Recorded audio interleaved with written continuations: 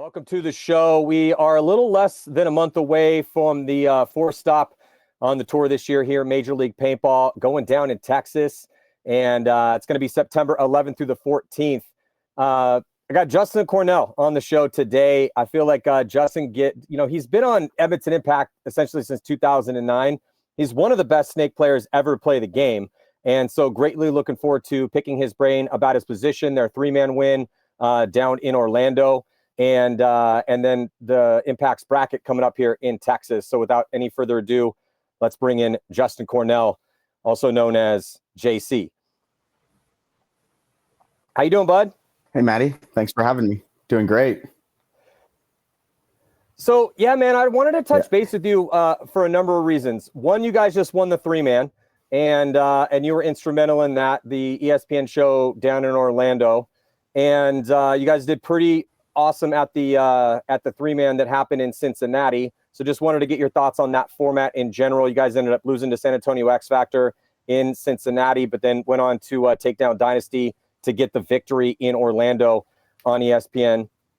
And then, it's been a little bit, it's been a couple of years since Impact has won, one of the five-man tournaments. So I'm just kind of wondering, there's a lot of things here that are in the mix as far as positive momentum for you guys heading into this next event. And then, what I wanted to start out with is that the fact that, you are one of the best snake players ever to play the game, and one of the best paintball players ever to play the game. When I asked Canadians, like the Sea Dogs, for instance, when they started this year and I got a chance to chop it up with them, and I'm always asking certain people from certain places, if you're from Mexico, it's like, hey, who's the best Mexican player? If you're from Europe, who's the best European player, et cetera, et cetera. So I asked the Sea Dogs, I'm like, who is the best Canadian player ever to walk the earth? And the two names on the tips of their tongues were you and Zach. They were like, I don't know, man, it's kind of a toss-up. And some guys were like, I think it's JC. And other guys, I don't know, it's Zach. And then a couple OGs from back in the day. But, based on what you guys have done with Impact. But that being said, because you've been on Edmonton Impact, I believe, since 2009, because you were on Legacy for a year. 2006. And then 2006. So, yeah, it's just been forever, man. And you haven't jumped to any teams. You've stayed on the team the whole time. So a lot of times guys that are kind of making moves here or there, those are the guys getting the press and getting talked about a lot.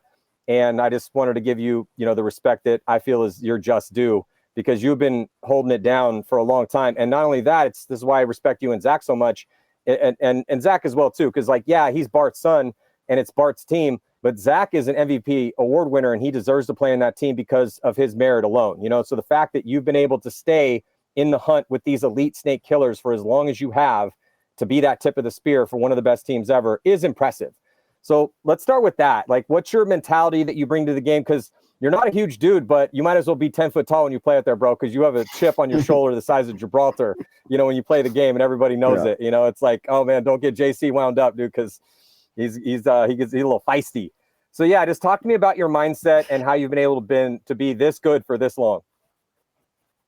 Well, yeah, I appreciate the praise. I just think the top guys, they have it in them. That's why we got to where we are as far as professional paintball player. And luckily I've been able to stay healthy. That's been a big thing. And then just continuously trying to prove myself, haven't really let, I think some people, they win a few tournaments or they get to become on a pro team, and then the drive, the desire kind of fades out. And I still kind of have that, when I go out there, even at practice, like I want to win every point. I'm trying to play my best. The odd time I'm lazy or do something, but for the most part, I'm out there trying hard for myself and for my team. So yeah, it just translates, especially when you've got the skills, I guess, and the practice behind you, What sports did you play growing up, and have you always been the mentally tough, kind of scrappy dude that just doesn't really care how big the other dude is? You're going to yell at him anyway. Have you always been that? Did you play hockey growing up, or what was your, where did you get this mindset?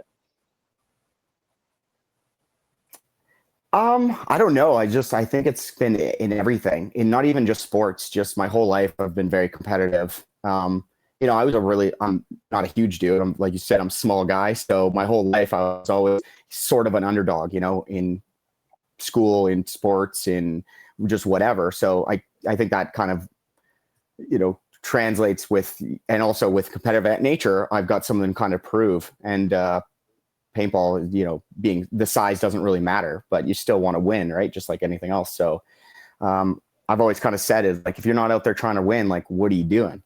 Why are you even there? So, and I think everyone should have that mindset. It's like, that's sports, that's competition in general.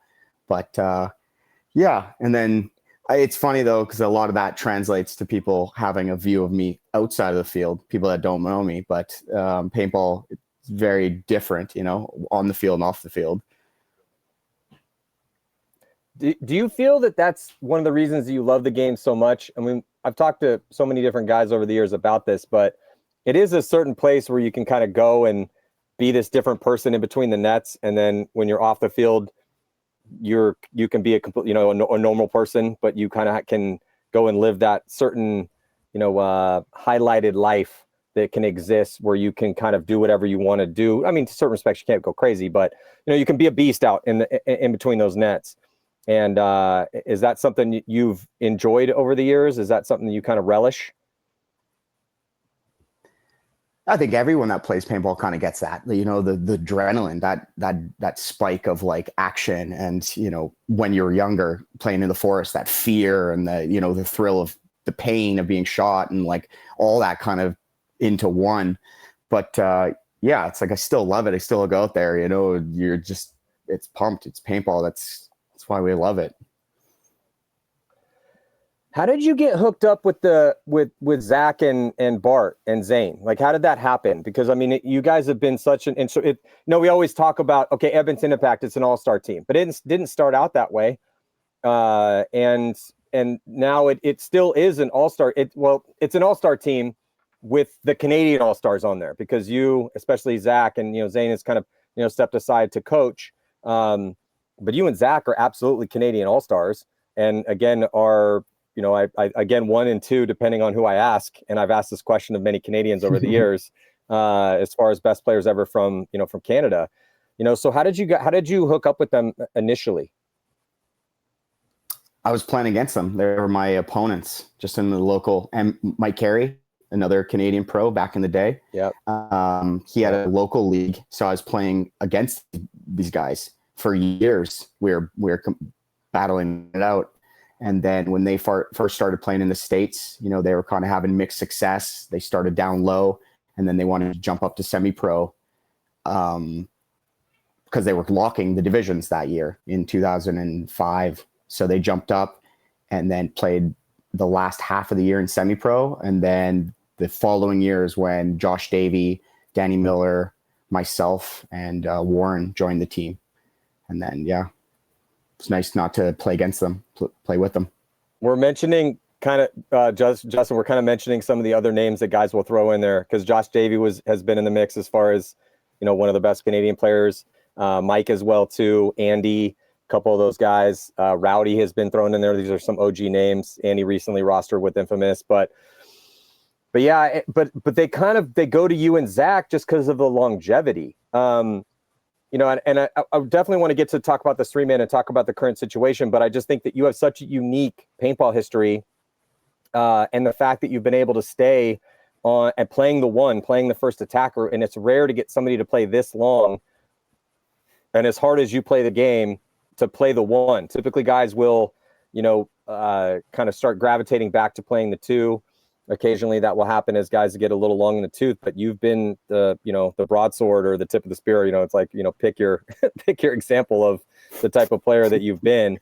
So 1, it's kind of an anomaly, and then 2, you, with all of the change that's happened on Impact and the willingness of management of that team to always keep a cream of the crop as far as talent is concerned. Like, you don't get a call from Impact in the offseason, as we always say, unless you were an all-star on another team. But lo and behold, after all these years later, you're still getting a ton of spins, dude. So it's just kind of a cool story. So let me ask you this. So what's it like kind of seeing the transition throughout the years and all the different faces, all these, all-stars from other teams that have come in and you guys have been on some runs, man, won some tournaments. But what's that been like to try to, 1, maintain your spot, and then 2, is it, as far as, having to deal with all the, these different characters throughout the years, how's that been?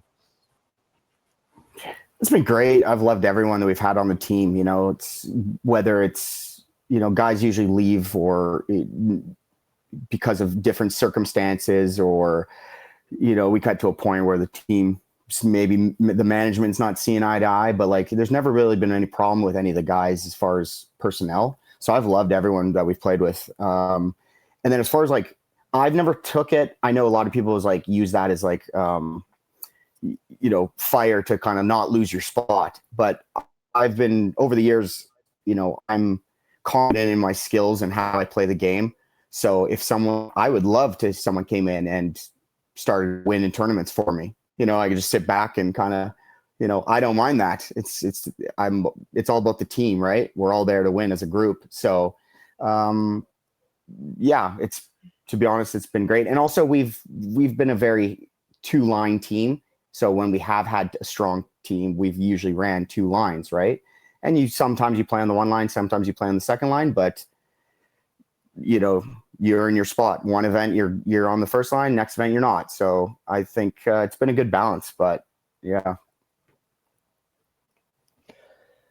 Well, with Impact, it's always been like, oh, they have Keith or they got Mouse or whatever. Just plug in whoever it is that plays, you know, whatever amazing elite Snake One attacker we're happen to be discussing that year. And obviously Keith and Mouse are two of the best ever to do it.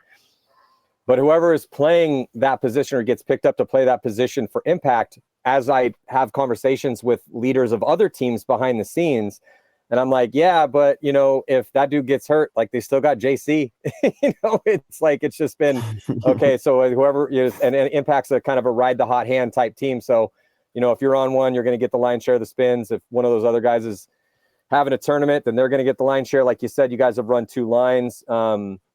Sometimes to success, sometimes not, but you know, it's always been part of the equation for you guys just because there is so much depth there and it keeps everyone fresh. And then sometimes you guys will whittle it down come Sunday. But it's just interesting because I think that a lot of the divisional players, there may be a situation where, I mean, one of the divisional, like I got a D4 team that I coach, shout out to Mortal Enemy. And I got two Snake Ones on that team, you know, and so, and they're both good, you know, but it's like, and I tell these guys sometimes, I'm like, hey man, sometimes you're getting all the spins and you're the go-to guy. And then other events, you're the dude filling pots, man. Like, it's just depends on who's going to be good in that specific, you know, on that day, on that layout at that tournament. You know, it's kind of tough to tell sometimes. For sure. And then, but we got to go with like, who's getting it done in practice. And then as a coach, you hedge your bets and then you try to get everybody reps and see how they're working at the tournament because things can change. But let's kind of dive into the before we get into Impact and how you guys are feeling heading into this next one, get your thoughts on the bracket. Let's talk about this 3-man. So obviously you guys were a favorite heading into the ESPN. Well, first, we only took the top 4 teams because that's all we had time for. You know, ESPN essentially was like, here's a 1-hour time slot. Try to cram as much paintball as you possibly can into that 1-hour time slot. So hence the format, hence the way everything was run. And you know, and then, you know, it's like, okay, who can play? Well, okay, well, we can, if we shoehorn everything in, we can get 3 games in an hour. If it's, you know, if everything is as condensed as it possibly can be, well, then we can only take the top 4 teams. Though I did feel bad for X Factor because, you know, X Factor did win the last 3-man, but they weren't in the top 4, you know, so it just kind of was one of those unfortunate shakes. And then you go to Orlando. And it was like, I think at 10 a.m. it was like 90 degrees with 70% humidity. So the heat index was around 100. I mean, you tell me, how sweltering hot was it for you guys out there? Oh, it was killer. And like you said, everything was condensed. You know, we're smaller field, run out, time between points were short. Everything was go, go, go. I don't know if I could play a whole tournament like that. I think a lot of the guys were like, I would die. But it was crazy. It wasn't, again, the heat, we've all played in the heat. It was the intensity of how fast everything was. You know, you'd come in after a point, you'd barely be able to, you know, you'd grab a pod, maybe, you know, fill your loader, and then you look and you've got 30 seconds to run across the field. It's like that, you know, when we see it at normal events, guys are running out and having to run across the field and they're barely making it. Well, that was every point for everybody. So it was, it was the quickness of everything. It was a lot, but nice too. It was interesting. So kind of talk me through just the experience. You know, you get there, it's on a baseball field and the field's really condensed. It's really small. Talk to me about your opponents. Just kind of walk me through JC's point of view for that day. You know, it's an hour. You're like, oh God, this is okay. You're looking at the rule set. You're like, okay, limited paint, 30 seconds in between points. It's 100 degrees out here. This is going to be really interesting. I mean, what was going on in your head? Talk me through your experience. I think when we showed up, it was just cool to see how, you guys at all, how NXL had organized everything and gotten everything ready, and how, they set up the event, and, it was out on the, like you said, on the baseball field.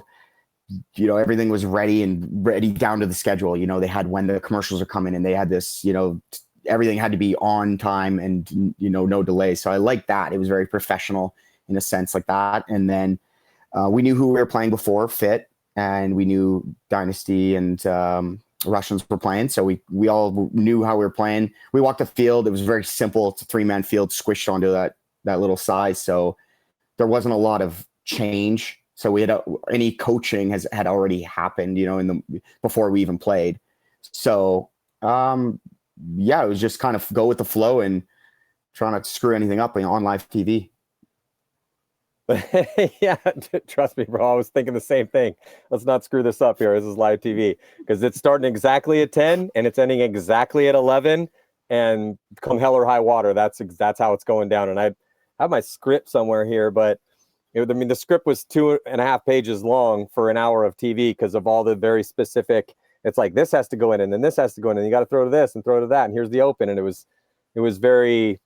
Very regimented, which is fine. Yeah, but if we did it again, I would like it to be, and just want your opinion on this. I feel that a bigger field, it doesn't have to necessarily be a full side field with 3 bodies, but a little bit bigger field and 45 seconds in between points. That would alter what we could get into an hour. But I feel that would make the paintball a little bit more, it would allow us time for analysis a little bit more, and it would allow plays to develop a little bit more. Because as it stood, it was just so fast. It was like, as we always call it, the scramble on the regular show. Scramble meaning, all right, it was 5-on-5, but now all the variables have changed and it's 3-on-3, and no one knows where they are. Each other, and everything's just scrambled up. So who's going to thrive in that chaos?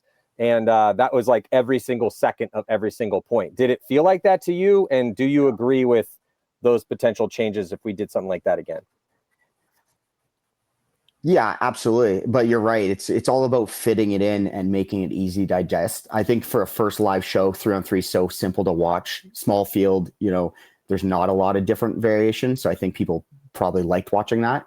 But yeah, a little bit more time would definitely be needed, a little bit bigger field. Because like paintball, for everyone that plays, we love to see that chess style game. You don't want to see a 10-minute point, but a longer thought out play with plays developing and guys making like good calculated moves as a team is what is awesome about paintball, right? I love a 5-on-5 grinded out point. I think that shows the paintball skills.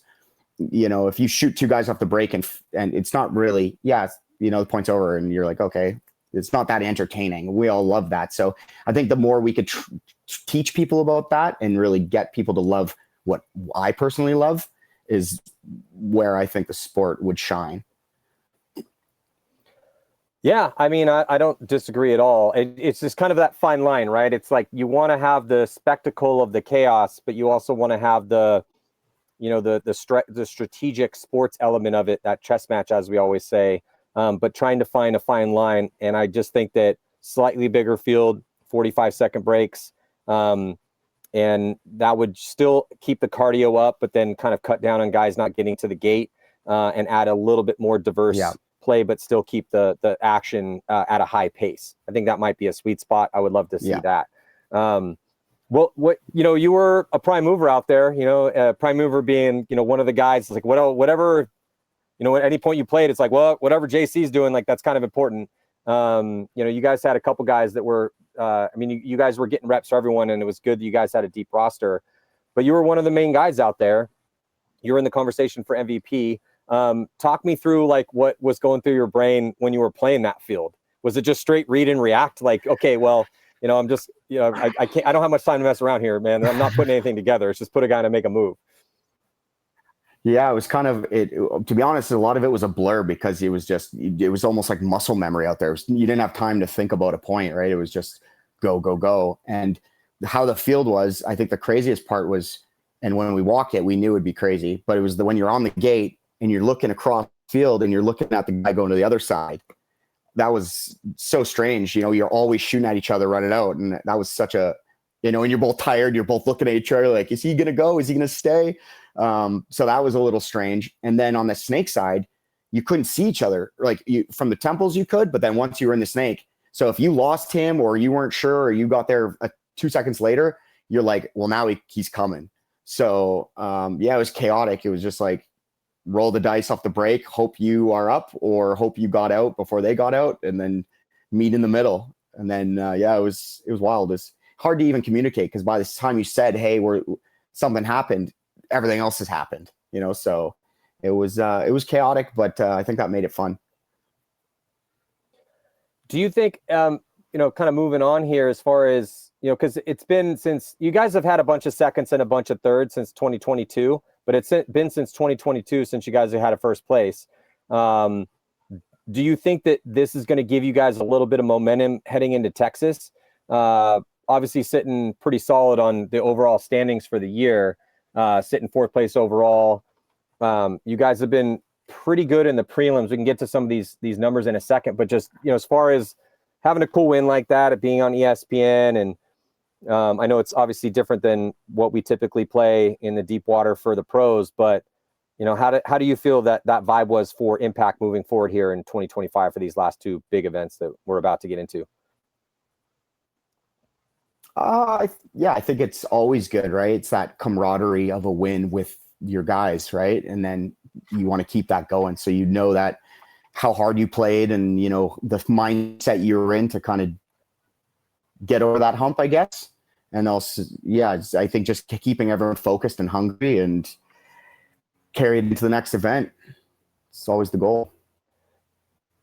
Yeah, so this year you guys are 3rd, 8th, 7th. You guys have had an interesting look strategically as well, too. At the last event, you guys were, because, Impact traditionally has played, you can play at a higher pace. You've always had a lot of offensive-minded guys on the team. But you have a lot of guys that are diverse in their skill sets. You can play slow, you can play fast. But just looking at some of the scores, I mean, you guys had a 1-0 game against the Ironmen in your first win in the prelims. Then you beat the Hurricanes 3-1. Then beat Energy Elite 4-0. And then beat X Factor 2-1. But the communication was off the charts. Coming out of the prelims at the last event in Cincinnati, you guys were one of my favorites just because it was a slower developing field. It wasn't, Legion ends up winning it. They were playing a little bit faster, but it was just one of the slowest fields I'd seen in a while. The way you guys were utilizing control of zones, communication, coming off zones, and then changing up on the attack was working out really well to go undefeated in the prelims. And then I talked to Rainey about it, and he was talking about how you guys had done some drills in practice to kind of hyperspeed your development with communication. So kind of talk to me about the style that Impact's employing right now and how big communication is for that, because it seemed to be a force multiplier for you at the last event. Yeah, I think, playing fast or slow is not really dictated by us. It's kind of dictated by the field. So obviously the field layout was slow, and we knew you could play fast points, if you kind of give through caution to the wind, which obviously worked out for the Russians. They were just jumping those gaps, making those moves, proving that you could play like that. But if you had two teams that were hesitant to play that way, well, then the field just slowed right down. So, and we kind of ran into a little bit of that at practice, and we're like, well, this is going to be Sunday paintball right off the gate on this field. So Sunday paintball is coming down to, communication and really locking that field down and working as a unit. We didn't really care. Like we had that 1-0 game. If you're up and the team's not coming at you, like you can win 1-0. But obviously we want to play more points but if the field dictates that and the point dictates that, we're not going to kind of force it, So we've always been good on our communication. I just feel like that field specifically needed everyone to be on the same page. Do you think though, so, and this is kind of one of those things where it's like things are working until they're not. It sounds like a really basic statement, but if you kind of get too drilled down on a meta, as they say, or on a strategy and how you're approaching things, and then all of a sudden in the midst of a battle where the other team is not playing that way, because that's kind of what cost you guys against Legion. Then you end up losing a little bit of a shootout. So you're playing a bunch of low scoring games. And Legion, who has been notorious at this, specifically the past couple seasons. I mean, Legion, the way that they look at a field is, we're going to play this game the way we want to play it, and you can try to keep up. And if you can't keep up, you either stop us, because they haven't won every tournament, but they've won a decent amount of tournaments in the past couple years. This was their first one this year, currently ranked second overall. Fit's still the number one team. And Fit will do this a little bit too. But Legion goes out there and typically plays more aggressive than their opponents and basically says, stop us or catch up with us. Good luck. And that kind of was what that quarterfinal game looked like. It was a 4-8 loss for you guys. Was it hard to switch gears in the middle of that, just as because you had been playing it for 4 games already that way? I mean, describe to me what was going on in your head as that game was going down. Well, that game, you said, we did lose that 8-4, but there was a moment, I think we were up 4-1. Or 3-0 or something like that. We were ahead on them. We had them. They were kind of playing, again, we were both kind of playing this field slow and kind of methodical. And then when they switched, and we knew they were coming, but it came really down to like shooting off the break and trying to hold those lanes. And they were running, making it through. And then at that point, we're bottled in and they're just running through gaps, and it was working out for them. So I think at that point, yeah, we should have been a little bit maybe, hey, if they're running, we should run, kind of match them. But at the same time, you take a couple of those points when they were trying to come back. If you shoot some of those guys running out, it changes that, right? But then it's just paintball. If you don't make those shots, you've now made it hard on yourself. So, it's not like we had to switch gears. We just needed to make our shots or slow up those guys, and we weren't doing it. So, but we were up on them. We just had to control. And if you look back, I would say probably, maybe 90% of the games that we've lost in the last 5 years, a lot of those games we've been up on teams and we've let them come back because of whatever reasons. So, which is kind of tough losses to take, but. Well, you haven't lost that many games this year. Your record's 12-4, but you're 1-3 on Sundays. That's kind of the situation. So that's as far as, getting an analytical look at what Impact needs to do to kind of fulfill the promise of the talent that exists on that team. And like you said, okay, well, because I get it. I've been there a bunch of times as a player, and I'm doing it currently as a coach, and I've seen it a million times as a commentator. But sometimes you're sitting there and like, oh man, all right, they got a lead, or you're a coach and you're like, well, we have a lead, or you're a player and you're like, we have a lead. And in the back of your head, you're like, well, can they do this 4 times in a row? Like to take the lead if we have a lead on them. Yeah. I mean, somebody has to hit a shot at some point in time. Like the guys can't just run to the 50s every single point, or run out, get out wide and up. But so I totally get where you're coming from. But as far as having like an actual, serious conversation about what Impact could do in that situation, I mean, I don't know. I understand and that is the safer quote unquote route to go, because you guys are great at off the break shots. I mean, you guys have some of the best players in the world, and you're just kind of hoping that somebody's going to hit a shot. And it is riskier to go at them, because if you start running up the field and matching them blow for blow on the offense, well, penalty flags could start flying. It's going to get a little chaotic. It's taking things slightly out of the realm of control. And if control worked so well in the prelims, I mean, how many points did you guys allow in the prelims? 2? Yeah. You guys allowed 2 points total in 4 games in the prelims. So like all that makes complete sense. Yeah. But that's what I think is one of the hardest things about this game. It's so hard, number one, at any division to win. I don't care if you're playing D5. Like it's really, really hard to win at any level, because a lot has to go your way. But one of the things that has to go your way is that you're making these accurate reads in that situation to try to go counterintuitive against what's been working sometimes, which is really hard to do, because sometimes it feels like that's the 85 or the 80% play and running at him's 20%, because if you guys play Legion with that lead 100 times, or kind of like what happened to you guys at Fit at Cup. because again, you guys haven't lost a lot recently, and you've had a very consistent finishes, lots of seconds, lots of thirds in the past couple of years. Obviously, historically, tons of firsts, world championships. I mean, you guys are one of the most successful teams ever. But heading into the last two events, since I got JC here, I'm like, well, let me ask some of these questions, because I mean, if I'm a fan, I'm wondering too. I mean, I am a fan. That's all I can do now is just watch the games. But because heading into, there may be a point in Sundays, because again, you guys are sitting 12-4 overall, 11-1 in the prelims for the year. That's impressive. But 1-3 on Sundays. And that team is built to win tournaments. So I'm just kind of wondering, in your guys' head, like, hey, should we start throwing a little bit more punches on Sundays, or should we like really try to dial in this control game? Because the control game does work. I mean, you guys, the teams have won doing that. I just think that, let me ask you this question here, JC. Do you think the meta is changing, or the overall strategy is changing in paintball, where you kind of can't just go with that control or go with the hardcore aggression, that you have to be able to have both? Or do you think that you really have to dial in your team style? Because, I mean, and then I want your thoughts on Fit, because Fit seems to have a little bit of both, which is why they're so successful right now. Yeah, no, I definitely think you need both. And I think every team does, to an extent, whether you're better at defending, attacking, you'll have your kind of style, but every team knows how to attack and defend, and they practice it too.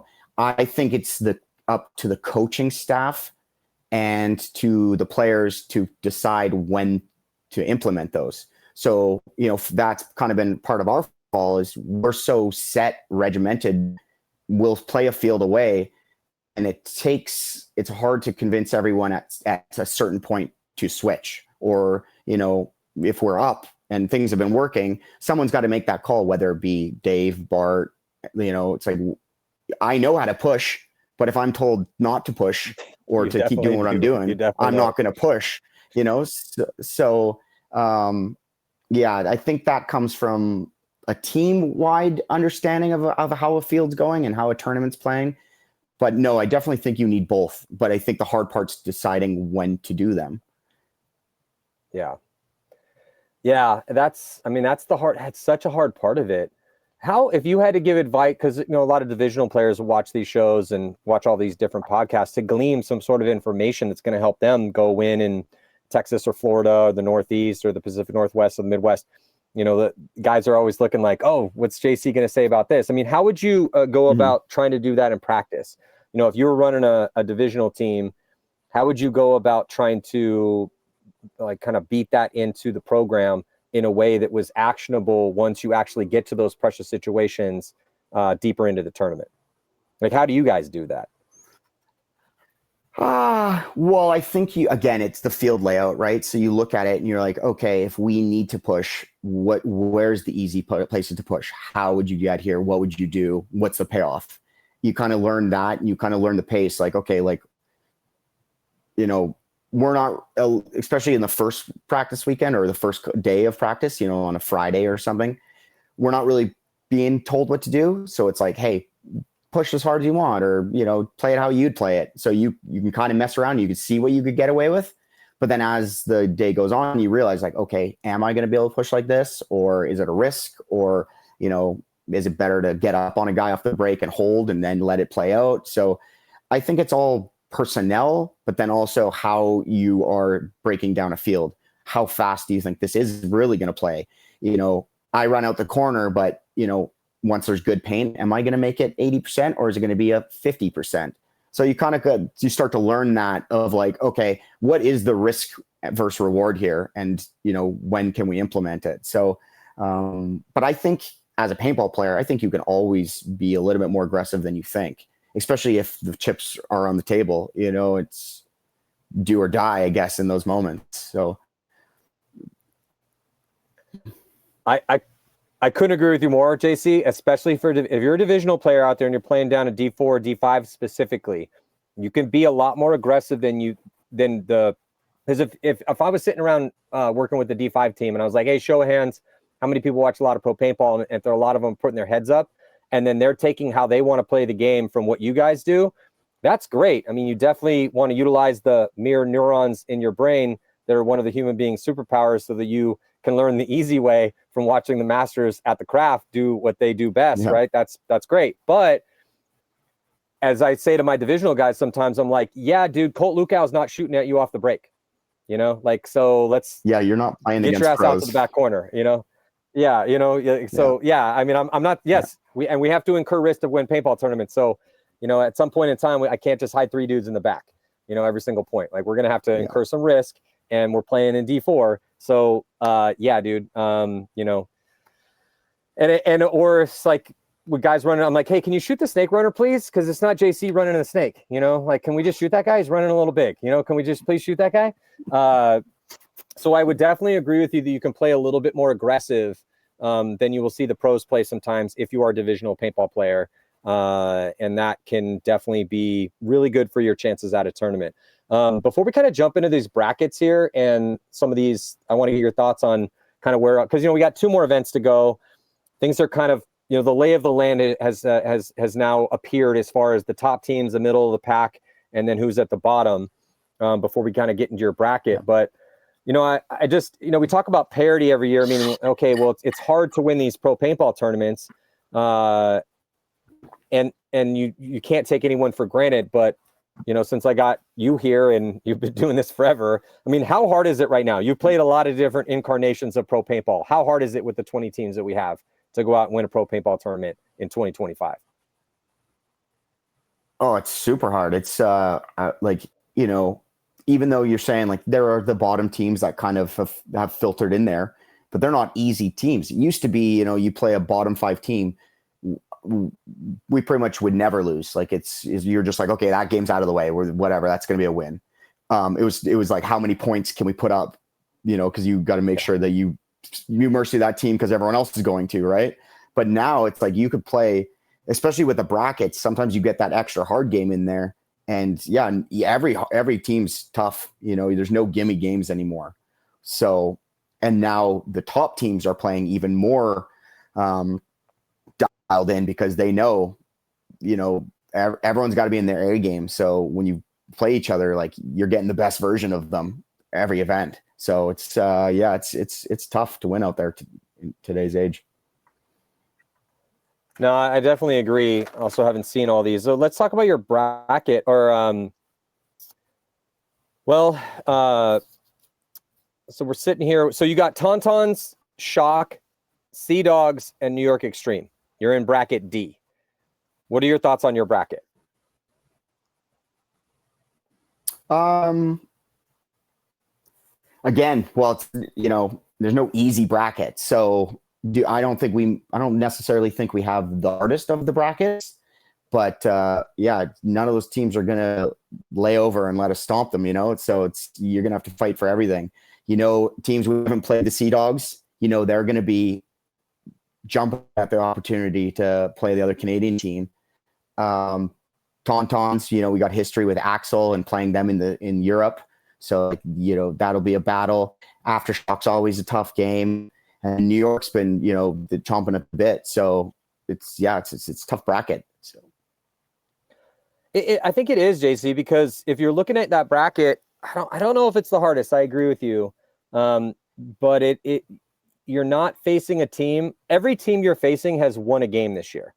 So to me, I always look at, okay, so obviously the top so there's 5 teams in the bracket. So when I look at difficulty of brackets, I immediately go to the first team and the second team, and then I go right down to the bottom. So I'm like, okay, well, how good has the top team been in that bracket? Well, you guys are definitely due for a win. You just came off a 3-man win. You were in the finals at the other 3-man. You guys have had a ton of seconds and thirds, and it's Edmonton Impact. You guys are, the perennial all-star squad. So yeah, rough team to have in your bracket if you're everyone else. Then I go to the second one, and I'm like, ooh, Tauntauns, 2 second places in a row. Okay, all right. So this one's getting a little rough because Tauntauns didn't start out the year the best. They took 16th at the first event, and then 2 seconds in a row. And they're what are they sitting overall 5th? And they were not good at the first event. They went 1-3, missed Sunday, had a -7 on the point spread. But then they go all the way to the finals, 2-2, not good in the prelims, just good enough to make it wild card. And then go 3-1 with a +12. Then they go undefeated in the prelims at the Midwest Open. They're definitely finding their form, finish off +16. So they're at a +21 for the year. plus minus 4 and against. So that's a tough team to have as 2. Shock also started off the year rough. Didn't make the first 2 Sundays, 11th and 14th, but an 8th at the last one. That's a team that's hungry. They got a lot of experience on that squad. So that's kind of a tough team to have as your 3rd ranked team. The Sea Dogs, like you said, Canadian squad as well too. A little bit of how do you guys get along with them? Like, is there any bad blood there at all? Or because sometimes there is from teams from the same region. I know Canada's huge, and they're not down the street from you guys. But I didn't know if there was some history there or anything. No, definitely not. Just if anything, all good vibes. I haven't talked a lot to those guys, but we chatted with them actually last event about possibly playing Europe with them, but it falls on a weird weekend for us. But JC, so the Sea Dogs, 15th and 16th to start out the year, but then a 9th place making a Sunday. They're currently 15th overall, and because of that 9th place, they've put a sizable lead up on the rest of the teams behind them. So barring some craziness, they're not going to have to worry about relegation.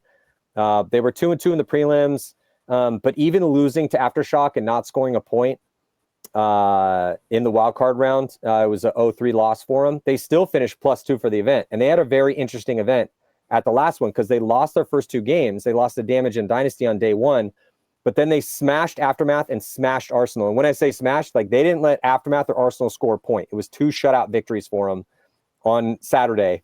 So it was a 4-0 win and a 5-0 win, which is a really cool story. And they make their first Sunday as the rookie pro team. So yeah, they put wins on the board. Their overall ranking, or they're 4-8 on the year with a -10. Not bad for a rookie pro team. So I'm looking at this bracket. Yeah, I'm like, honest, okay, I don't know if it's the hardest one, but it's, this is not going to be, this could be a barn burner of a bracket.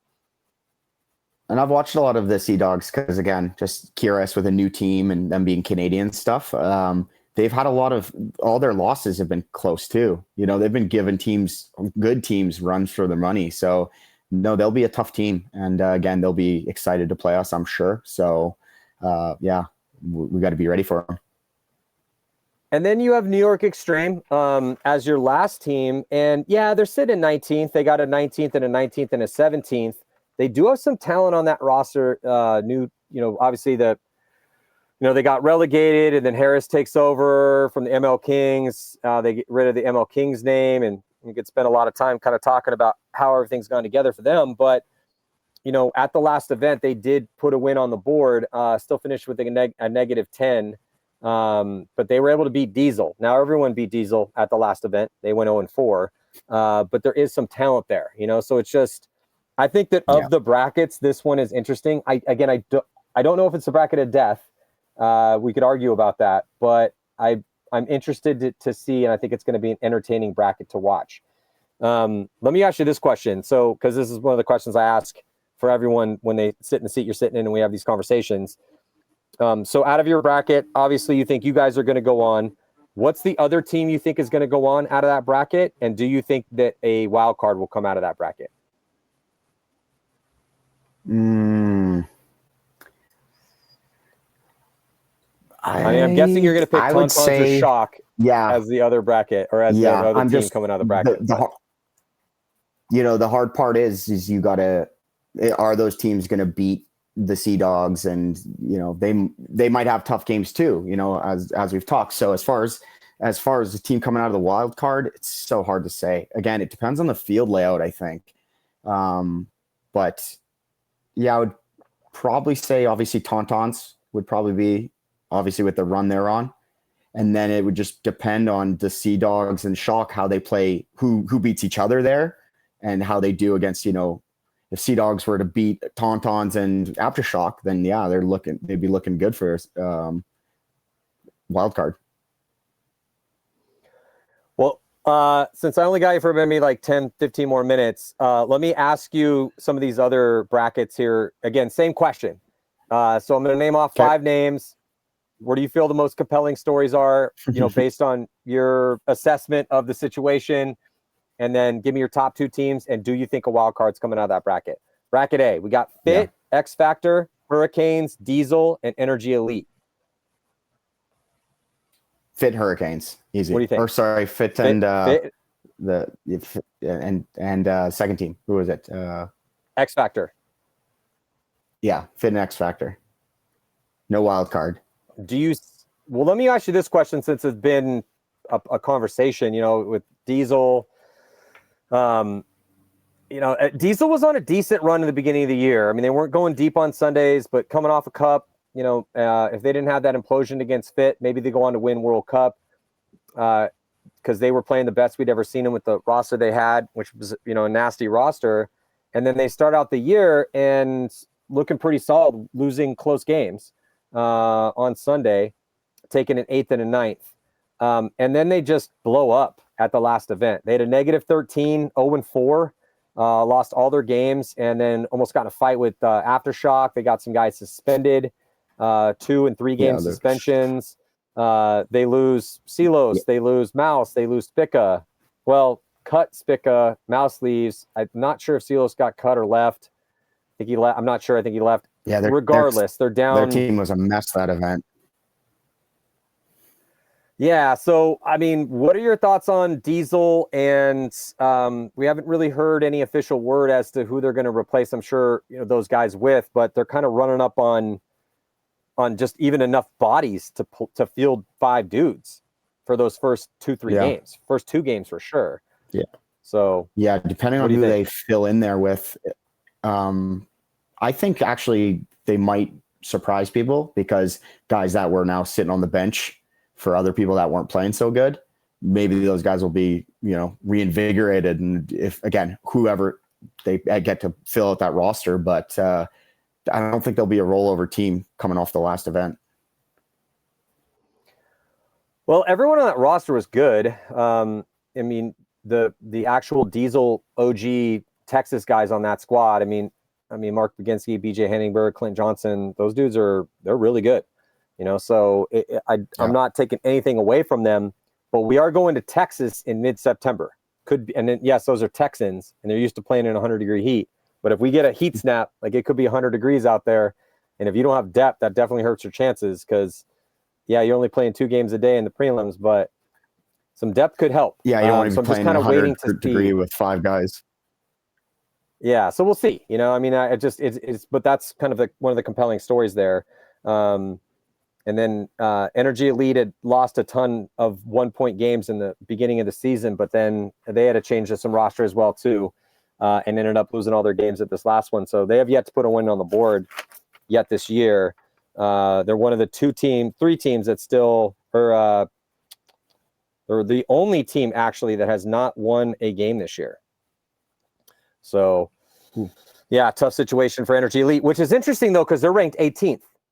Because they had such close, their first couple, they were like 18th. So even though they haven't won a game, but they're still close to, it's getting interesting as far as relegation on the bottom. The bottom 3 teams are 68 points, 67 points, and 62 points. So it's basically a 3-team race. And you could maybe throw Aftermath in there as well, too, because with double points a cup. But as far as who's getting relegated from the Pro Division in 2025, it's mostly a 3-team race, possibly 4. Yeah, it's crazy. You just got to win 1 or 2 games. Yeah, I don't know. It's interesting with the human mind. There's, this thing called like the negativity bias. That's why tabloids exist, and people that just talk shit all the time will, get people wanting to watch their stuff. But it's a real thing, but it is captivating, because you're like, oh man, like it's getting a little tense down at the bottom of the ranks here as far as who's getting relegated and who's not.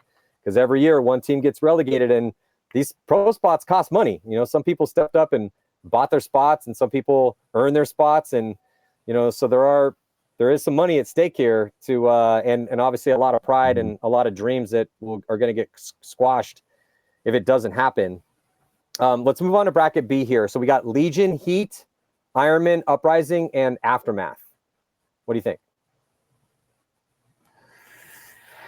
I'm going to say I think Legion and Ironman. Okay. Yeah. I mean, Ironman have been on an upward swing a bit. I would put Heat in the wild card if that goes that way. Well, then, since that's your read on the top 3, What do you think about Uprising, though? I mean, they're sitting on that 4th tier. They had a run of making Sundays from the end of last year to the beginning of this year. A 16th place at the last event, went 1-3 with a -4. They beat Infamous by 1 and then lost to Leverage to give them their first win, and then lost to Heat by 1 and then lost to Fit by 2. But they've been relevant and they've been improving a ton for the past, 18 months or so. What are your thoughts on their chances? Do you think they could hang in there, or do you think that they're going to be on a downward trend?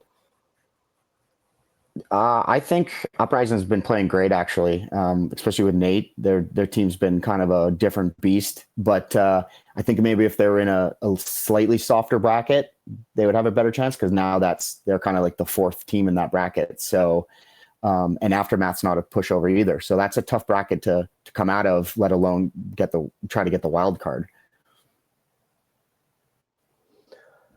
All right, so let's move on to bracket C. Dynasty, Damage, Arsenal, top 3 teams, and then Infamous sitting at the 4th spot with Leverage in there in the 5th spot. What do you think? Yeah, I would say that's probably the bracket of death, because all 5 teams are decent, and then you got even the top 4 teams, the first 4 teams you said could all come out as 1 and 2. So. It's going to be interesting who beats who and points put up, right? So it could come down to a situation like that where everyone's checking the scores of the other teams that they've beaten or lost to. So yeah, that one's, I would say, that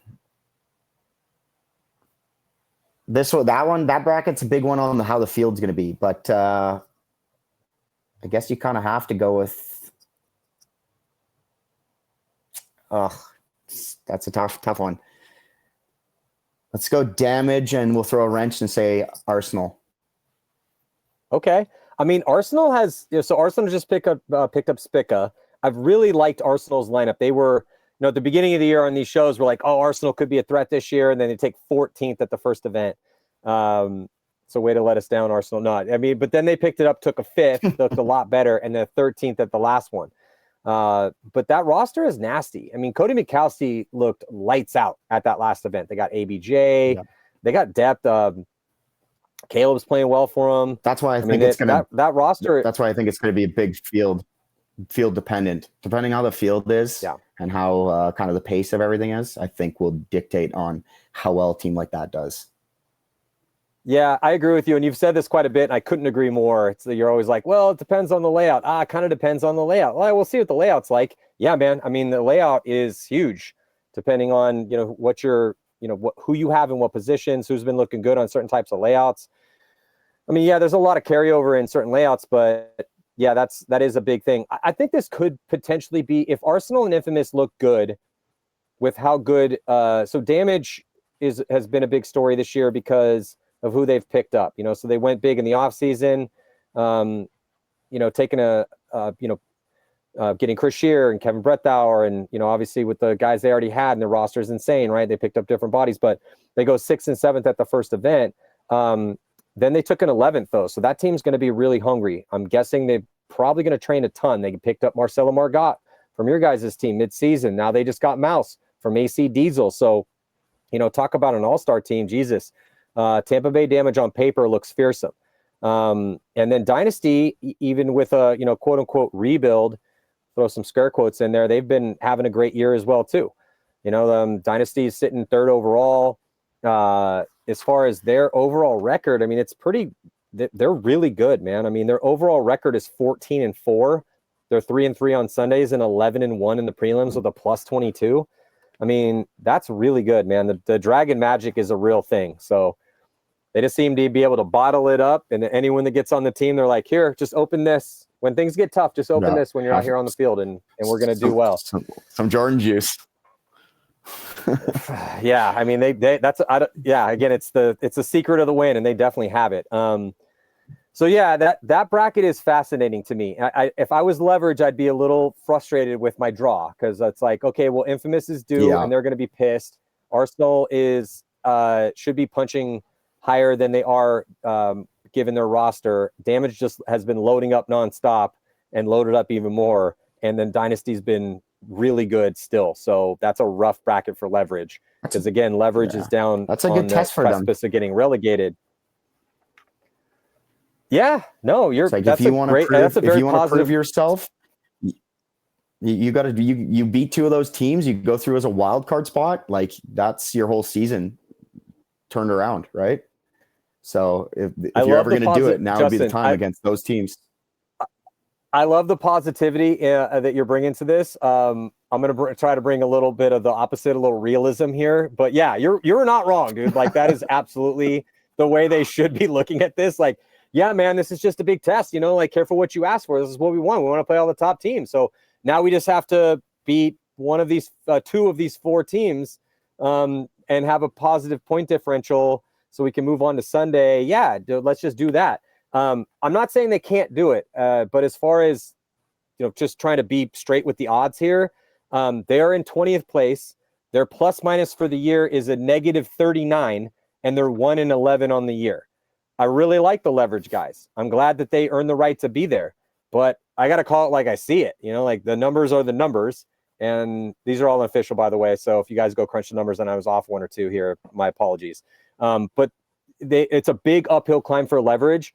But you are 100% right, though, JC. That's the way they have to look at this, because the beginning of the year it was snowing, couldn't really practice that much. Chris Caputo was becoming a firefighter, whatever. They got their guys now, and they're fighting for the lives in the Pro Division. They're only 5 points behind New York Extreme, and they're only what are they behind? And 6 points behind Energy Elite. So, and it's double points or cup. So you got two events to salvage your spot, rookie pro team, and then build from there. But that is definitely the way to look at it. It's just that's going to be a tough one for them.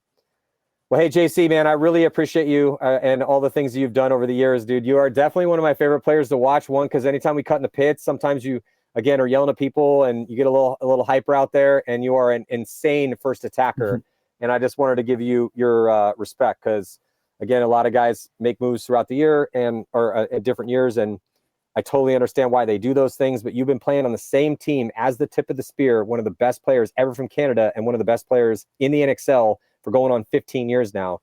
So you definitely deserve all that credit, brother. Thanks, Matty. Appreciate it. Thanks for having me on. All right. Well, everyone out there, thank you guys so much for tuning in.